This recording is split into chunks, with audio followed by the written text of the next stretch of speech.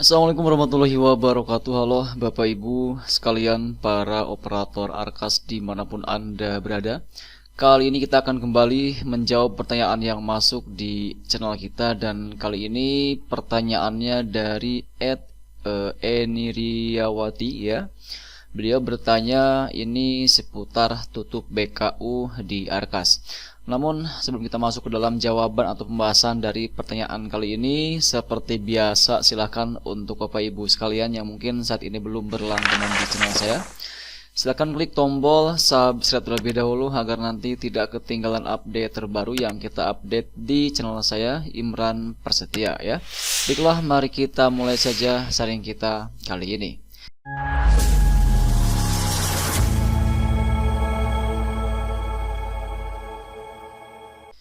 Nah, di sini kita akan bacakan dulu pertanyaannya dari Eniriawati. Beliau bertanya, Abang bilang tutup BKU tanpa ada transaksi apapun. Kalau ada belanja di bulan Juli, tapi uang baru masuk di bulan Agustus, langsung ditutup saja BKU-nya tanpa pergeseran. Baik, nah di sini Bapak Ibu sekalian, ya kita akan buka dulu aplikasi Arkasnya dan nanti kita akan sambil jelaskan di sana. Kita buka dulu aplikasi Arkasnya, kita masuk di bagian penatausahaan. Tadi pertanyaannya adalah bahwa apakah, kalau saya coba tarik kesimpulan ya untuk pertanyaannya kurang lebih seperti ini. Jadi beliau bertanya soal apakah kalau misalkan di bulan Juli ini ada transaksi ya, tapi uangnya itu baru masuk di bulan Agustus, apakah langsung tutup BKU bulan Juli atau bagaimana untuk bisa melakukan pergeseran atau perubahan ya. Nah, jadi gini Bapak Ibu sekalian, kalau misalkan memang untuk dana tahap 2 ini dipastikan baru masuk di bulan Agustus, maka Bapak Ibu sekalian tentu dalam proses pelaporan anggarannya di bagian penatausahaan tentu baru bisa kita inputkan pembelanjaannya setelah kita melakukan penarikan anggaran di bulan di mana dana tersebut dicairkan. Jadi meskipun Bapak Ibu sekalian melakukan transaksi real di bulan Juli, misalkan menggunakan uang yang ada dulu, menggunakan dana talang, menggunakan uang guru yang bersangkutan dulu ya, misalkan bukan menggunakan uang bos seperti itu, maka silakan bisa transaksi dulu di bulan Juli, tapi di sini kita tidak bisa menginputkan laporannya ya. Kita baru bisa melaporkan pembelanjaan tersebut di bulan setelah kita melakukan penarikan di Arkasnya. Contoh, misalkan di sini anggaplah di tempat Bapak Ibu sekalian yang melihat video kali ini, dana tersebut masuk ke rekening dan dicairkan di bulan Agustus. Kita masuk ke Agustus ini ya. Maka silakan Bapak Ibu sekalian lakukan penarikan tunai ya, tarik tunai dulu supaya nanti dana tersebut masuk ke bagian saldo tunai di sini ya. Nah, kemudian nanti untuk pelaporannya bagaimana, untuk pembelanjaan yang di bulan Juli tersebut bagaimana cara kita untuk melaporkannya jika seandainya di bulan Juli tersebut kita langsung tutup BKU. Sebenarnya untuk cara pelaporannya sendiri sudah pernah kita bahas di video-video sebelumnya ya. Jadi caranya itu seperti ini. Silakan Bapak Ibu sekalian, pertama tadi ya, lakukan tarik tunai dulu di sini. Tarik tunai dulu, nominalnya berapa untuk tahap 2 ini, tanggal penarikannya berapa. Ini usahakan sesuai dengan tanggal penarikan di rekeningnya. Jadi kalau misalkan Bapak Ibu sekalian melakukan penarikan untuk dana tahap 2 ini setelah cair itu ditarik misalkan hari Senin tanggal 4 Agustus misalnya. Nah, kemudian nominalnya berapa? Nominal penarikannya. Seperti itu, masukkan. Nah, anggaplah misalkan di sini Bapak Ibu sekalian sudah menarik tunai untuk uang yang sudah masuk di rekening, dimasukkan datanya ke Arkas. Nah, di sini untuk pelaporan bulan Julinya bagaimana? Kita masuk ke tambah pembelanjaan. Ya. Kemudian di sini tentu kita harus pilih tanggal dulu ya, tanggal untuk pelaporan yang mana ini tentu kita harus tanggalnya itu setelah tanggal penarikan anggaran. Jadi kalau misalkan penarikan anggaran dana tahap 2 ini tanggal 4, nah kita bisa mulai melaporkan di tanggal 5. Seperti itu. Kemudian di sini silakan Bapak Ibu sekalian pilih tunai ya. Jadi saldo tunai ini tentu akan tercatat sebagaimana yang sudah pernah kita tarik di tahap sebelumnya di bulan Agustus ini ya. Kemudian di sini masukkan seperti biasa transaksi seperti apa yang Bapak Ibu sekalian lakukan. Misalkan di sini kita transaksinya itu untuk pembelian apa ya? Token listrik misalnya ya. Nah, di sini biasanya di tempat kita itu kalau untuk token listrik kita beli di perorangan, ada ya guru yang menjual token listrik ya, pulsa seperti itu. Kita masukkan namanya. Ini nama asal saja dulu ya. Ini sebagai contoh saja. ICT misalkan ya.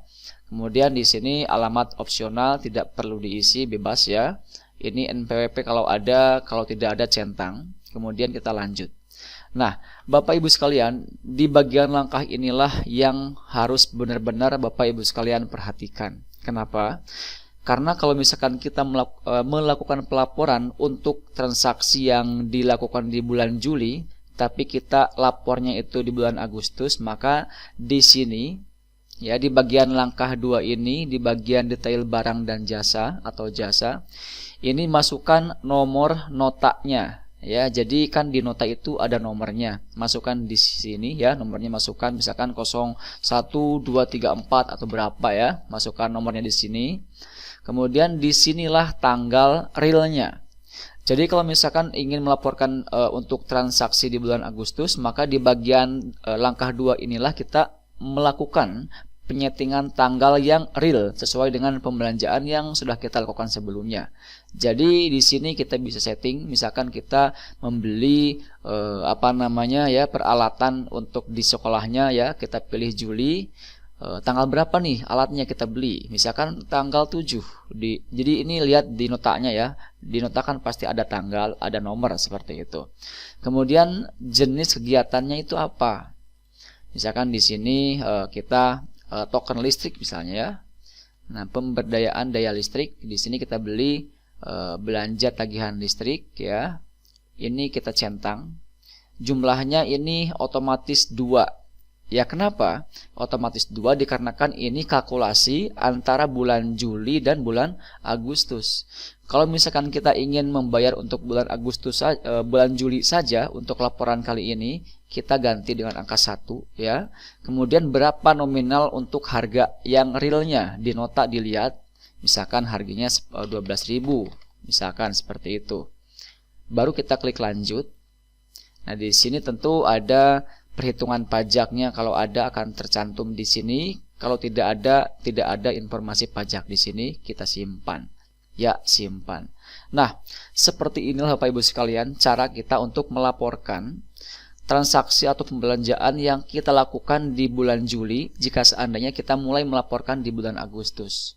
Ya, jadi kalau kita kembali ke pertanyaan tadi, kita akan bacakan kembali ya. Tutup BKU tanpa ada transaksi apapun kalau ada belanja di bulan Juli tapi uang baru masuk bulan Agustus, bagaimana? Langsung tutup BKU Juli atau tidak?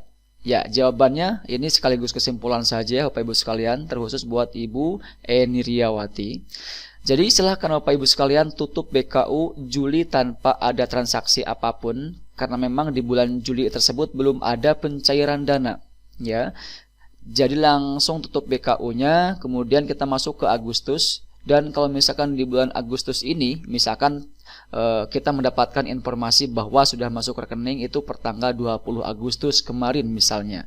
Nah, silakan lakukan penarikan dulu tunai di Arkasnya. Kemudian tanggalnya sesuaikan dengan tanggal penarikan di rekening. Ya, harus pastikan itu sama. Baru nanti kita bisa melaporkan untuk transaksi yang kita lakukan di bulan Juli yang mungkin menggunakan dana talang dulu, dana kas dulu, atau dana selain BOS. Dengan cara yang tadi sudah kita contohkan ya. Jadi fokus di bagian langkah 2 itu tanggalnya harus tanggal yang real, tanggal real ketika kita melakukan pembelanjaan di bulan Juli, seperti itu ya. Baik, mungkin itu yang bisa kita sampaikan dan bisa kita jelaskan untuk menjawab pertanyaan tadi. Ini semoga bisa membantu Bapak Ibu sekalian yang mungkin saat ini ingin melaporkan transaksi bulan Juli yang menggunakan dana talang terlebih dahulu ya, seperti itu. Dan terakhir seperti biasa, kalau misalkan masih ada yang ingin ditanyakan terkait Arkas atau mungkin terkait apapun itu, baik Dapodik dan lain-lain ya, silakan bisa bertanya pada kolom komentar yang tersedia di video kita kali ini. Dan jangan lupa juga ya, tekan tombol like-nya, share, dan subscribe channel ini supaya tidak ketinggalan update terbaru yang kita update di channel Imran Prasetya. Wassalamualaikum warahmatullahi wabarakatuh.